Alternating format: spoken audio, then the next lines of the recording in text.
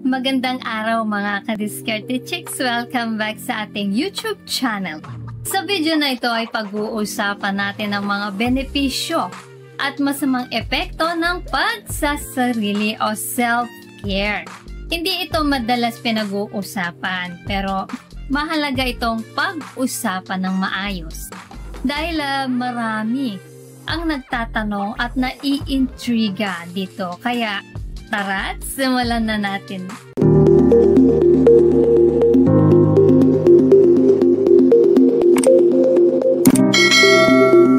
Pagsasarili o solo aktibidad ay natural na bahagi ng ating sexualidad.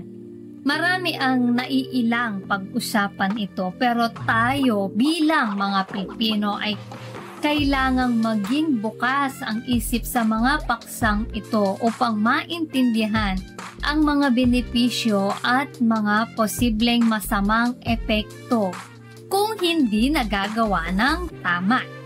So, narito ang mga benepisyo. Number 1, bawas stress. Maraming Pinoy ang humaharap sa mga matinding stress araw-araw. Mula sa trabaho, pamilya, at mga responsibilidad.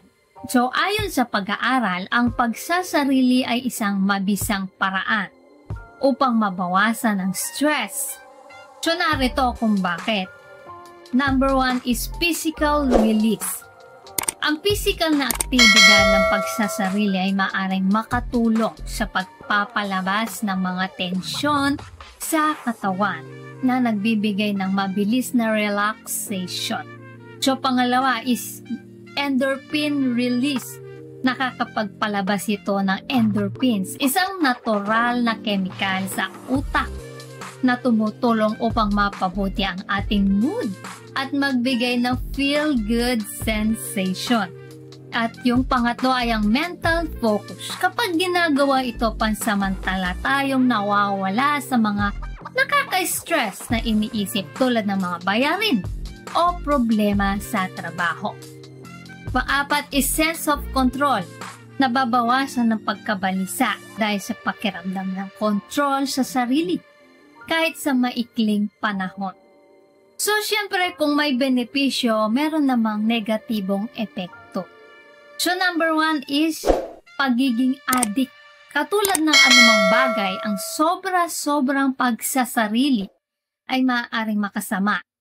Maraming tao ang nahihirapang iwasan nito lalo na kung nakakaramdam sila ng kalungkutan o pagkabagot. Kung hindi makontrol, maaaring maging addiction nito na magdudulot ng problema sa iba't ibang aspeto ng buhay. So number 2, problema sa relasyon. Sa ating kultura, mahalaga ang matibay na relasyon sa ating pamilya at partner. Kung sobra ang pagsasarili, maaaring hindi na tayo mag-focus sa ating partner at baka makalimutan ng halaga ng intimacy sa relasyon. Mahalaga na magkaroon ng bukas na komunikasyon sa ating partner tungkol dito para maiwasan ng mga problemang ito. Number 3, guilt o hiya. Maraming tao ang lumaki na iniisip na ang mga ganitong aktibidad ay bawal o kasalanan dahil sa ating reliyosong paniniwala. May ilan na nakakaramdam ng guilt o hiya pagkatapos gawin ito. Mahalagang tandaan na normal ito basta ginagawa ng tama, may tamang kaalaman at hindi na susobrahan. Number 4, problema sa kalusugan ng isip. Kung hindi makontrol ang pagnanais na gawin ito, maaari itong magdulot ng mga problema sa mental health tulad ng depression o anxiety. Kung napapansin mo na ito ay nagiging sanhi ng pagkasira ng iyong araw-araw na gawain, mas makakabuting magpakonsulta sa isang professional para sa tamang gabay. So, gaano nga ba dapat kadalas ito gawin? Well, ang sagot po dyan, walang eksaktong bilang o formula para sa tamang dalas ng pagsasarili. Iba-iba tayo ng physical at emotional na pangangailangan. Ang mahalaga ay ginagawa ito ng may tamang moderation at hindi nasasakripisyo ang ibang bahagi ng buhay, tulad ng trabaho, relasyon, at kalusugan. Kung napapansin niyo po na ang pagsasarili ay nakakaapekto sa inyong kalusugan o mga relasyon, huwag dalawang isip po na kumonsulta sa mga eksperto tulad ng mga doktor or psychologist.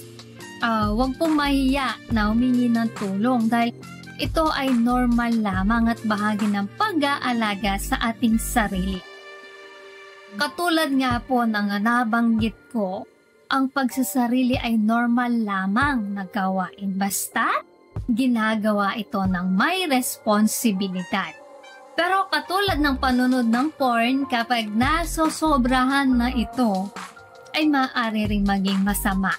Kaya kung may problema kayo tungkol dito, mas mabuti po na kumonsulta sa mga healthcare professionals or doktor para sa tamang payo. So yan mga kadiskarte chicks, ang mga benepisyo at negatibong epekto ng pagsasarili. Sana ay may natutunan po kayo sa video natin ngayon. So please comment down below ang inyong mga reactions sa ating video ngayon. At kung may gusto po kayong i-share or itanong, i-comment nyo lang po sa comment section. Kung nagustuhan nyo po ang video natin ngayon, huwag kalimutang mag-like, share and subscribe para sa iba pang useful na content. Maraming salamat sa panonood. Hanggang sa susunod na video, ingat kayo palagi. Let's spread love.